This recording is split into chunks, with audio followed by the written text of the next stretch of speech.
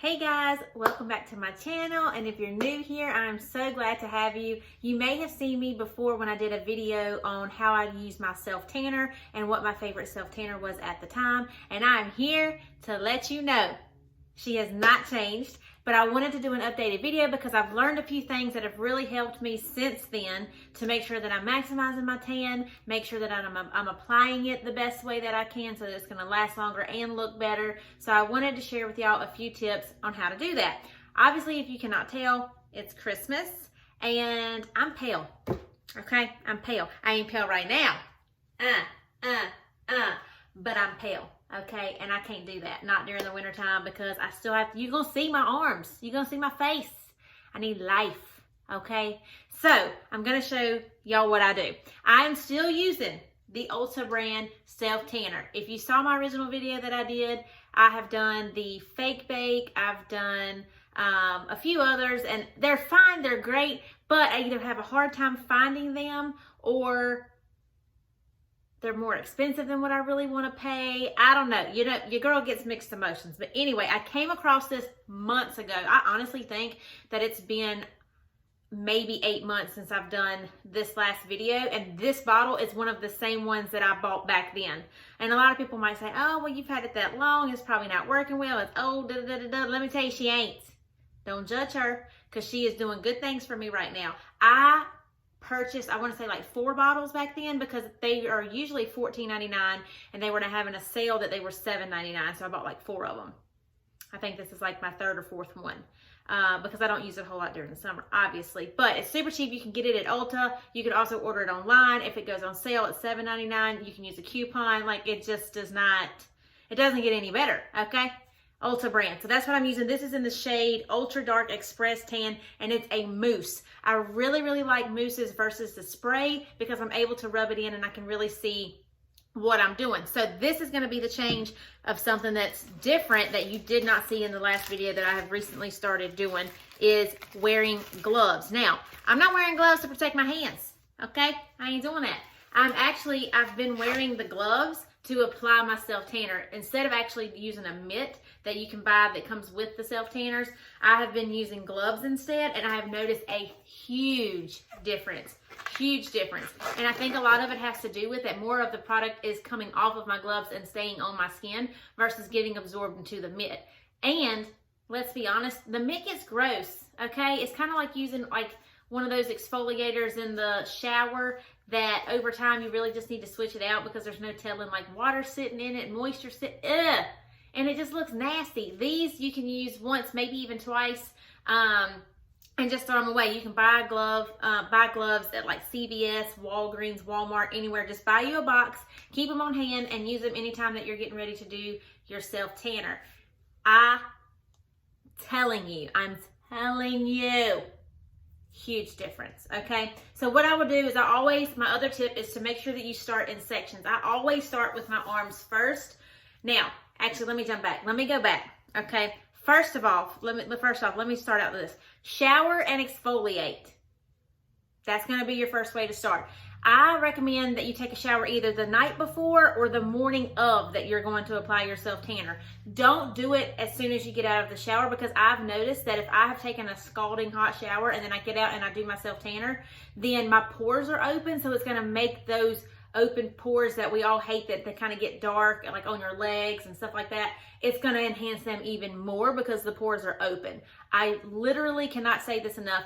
Take a shower the night before. That's the best time that I like to do it. Like, I'll take a shower the night before, and then when I get out, I don't put on any lotion, no perfume, nothing that's going to get on my body and cake something on my body that's going to keep my self-tanner from sticking to my skin the way that I want it to. So I take a shower the night before. I exfoliate. If you choose to do an exfoliation before you do your application of your self-tanner, I highly recommend that you get something that's not super, super oil-based. I have made some in the past that are made out of coconut oil, and I've noticed that the oil itself leaves such a residue on my skin that it makes it very difficult for my self-tanner to stay on. So I honestly just use a generic soap. I think it's made by Safeguard. You can get it from Walmart. It's an actual bar of soap, and I will use that all over my body. I'll go ahead and shave, do whatever it is that I need to do to prep my body beforehand, which is really just the soap and shaving, okay? If you're planning on doing that, make sure you shave so that you don't shave after you have applied your self-tanner, because if you do that, you're basically just shaving off that top layer of your self-tanner, so it's going to already take off more than you want it to just initially, okay? So I take a shower, I use my Safeguard soap, I go ahead and shave, do all that good stuff the night before, I'll go to work the next day, and then that evening when I get home, it's self-tanner time, honey, okay? Okay, it's about to go down. I put on my gloves, and then I start with my arms. I go all the way up my arm. I put on a hefty amount, like 2 or 3 pumps, and then I do my whole arm first. I come in here. I come around the elbows, bend everything. Now, you might be wondering, should I put lotion on my elbows and my dry areas and all that good stuff? If you want to, if you are extremely dry and you have issues with like dry elbows, dry knuckles, that kind of thing, especially in the winter, then yes, put on a thin layer of lotion. Don't use Bath and Body Works. Don't use any of that stuff. Just use a nice lotion. I have 2 here that I'll mention to you. This one is made by Shea Moisture. It says no parabens, and all these other words. No mineral oil, no sulfates, no animal testing. I mean, it's a good lotion. It's very thick, which I really like, especially in these winter months. I need something stronger to keep me nice and moisturized. Okay, the other one, my all-time favorite lotion. I'm super low. It's kind of sad. But this is the Gold Bond Ultimate Hydrating Lotion Radiance Renewal. Oh my gosh, my mother-in-law turned me onto this when she came to visit us last year. I've been using it ever since, and I absolutely love it in the summertime, in the wintertime, in the morning time, the evening time, nap time, whatever it is. This lotion is really good, and you can use that to go around your elbows, your kneecaps, your ankles, whatever you want to do. Just a little thin amount. Don't get crazy with it, girl, okay? Just gentle. It's not a race. Anyway, okay, so if you decide to do that, go ahead and then just pick a body and do your body in sections. I like to do this arm first, then I go over to my next arm, and then I'll work my way to my chest and my neck, and then I'll work my way down my body. I'll actually do my stomach, my thighs, and then go down and do my feet and my calves and all that good stuff. Now, the other tip that I've got is, lastly, I will do my feet and my hands, okay? Also, your face, if you like to do self-tanner on your face. If you have dry spots or acne or breakouts here and there, I wouldn't recommend doing the self-tanner on your face because it's going to stick to those spots. And ain't no makeup in the world strong enough to cover that up, okay? So I would just skip it. If you're having a breakout, girl, just skip it. Now, this is what I like to do for my hands and my feet. I use a beauty blender, okay? This one needs to be cleaned. Comes back to that whole, I had to get away from the mitt. At least this way it's just my hands and my feet, and I kind of go around my neck and my jawline and all that good stuff. And I will apply a one hefty puff, squirt. Let's stick with squirt, okay? One hefty squirt onto my beauty blender, and then I'll go around my hands. And I'll come down here around my wrist to make sure that's nice and even and all that good stuff. Go in between my fingers, little dabs around my knuckles. Make sure you get in between your little thumb here and all that good stuff. And then you can go down to the feet. I can't show you my feet. They ain't gonna reach up that high. Your girl, I used to cheer and it's gone. It's gone. I ain't got it no more. I ain't got it like that. But I'll use this for my feet and my hands, and those are the last things that I do as far as applying the actual self-tanner. Now, next step. I'm going to write this down too. For maximum darkness, this is another tip that I have discovered, and I didn't learn this from somebody else. I discovered it on my own because in the winter months, when I get super pale, I'm super pale. I'm literally like this sheet of paper, okay? Yes, I wrote down notes. I'm type A. I can't help it.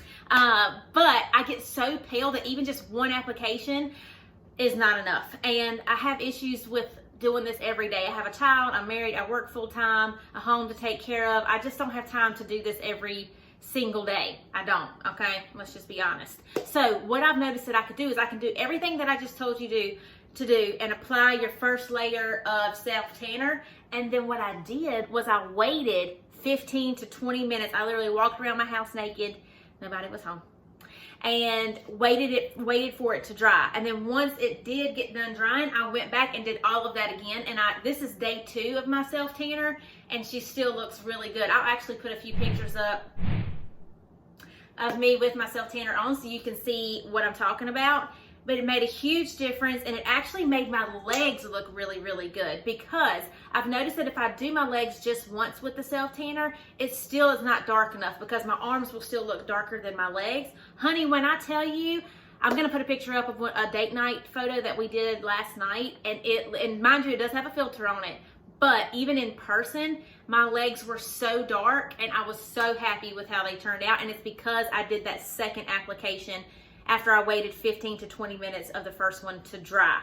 And then the next one, wear loose clothes, okay? I do this at night before bed because I just want to be able to go to sleep, let it sit as long as possible so I can make sure I'm getting the most out of it. And then also too, so I'm just not walking around all day with self-tanner, because you cannot apply your self-tanner and then go work out, okay? You're gonna start sweating. It's not gonna look the nice, okay? So I like to put on sweatpants, long socks, and my self-tanner shirt. I will actually put another picture of that here so you can see what kind of craziness that looks like. But everything's covered, everything's loose, and then that way I can get in bed and not have to worry about rolling around on my sheets or something getting on my sheets and all this stuff. I can sleep okay, and then I wake up in the morning and I shower it off. Next tip for the next one, when you take your shower the morning that you wake up after doing your self-tanner, this is not a get in here, stand in there, think about your day, and exfoliate and use all the smell goods and just smell like a chocolate delectable vanilla sprinkled cupcake when you get out. This is not the time for that, honey. Get in the shower and rinse. That's all I want you to do. No washcloth, no scrubs, no body washes, anything. Just get in the shower, stand there, rinse off, make sure you get all the layers off. You'll see it kind of coming off in the shower. That's just the extra stuff. If you've ever had a spray tan, you know the deal about that. Stand in the shower until you notice that the water is clear. Once the water is clear, you're done. Get out, go. Get out, dry off, be done with it, and then stop, okay? Don't go in there and take this heavy duty shower and then you're basically just going to keep scrubbing off the tan. Just stop, get in there, rinse so you get off that top layer. And then that way I've noticed too that I almost even continue to get a little darker throughout the next day because I haven't gone in and just scrubbed like I regularly would in the shower, if this makes sense. Okay, after that, the next step that I like to do is moisturize. This is when it comes back to the lotion, because I feel like any kind of self-tanner that I've used, it does make my skin feel dry, and I'm sure that has a lot to do with like what's in it, whatever. But that's where it comes back to the 2 lotions. Pick you a good lotion, moisturize. At this point, if you want to use your Bath & Body Works lotion, that's fine. I don't feel like it really moisturizes for me. It smells nice, but I need something that's going to put in work, okay? That's these 2. Walmart, Target, anywhere like that. This one's the Gold Bond, and this one's made by Shea Moisture. Love them. They're both like $10, but I've had them since back when I bought the self-tanner, and they work great. So make sure you moisturize.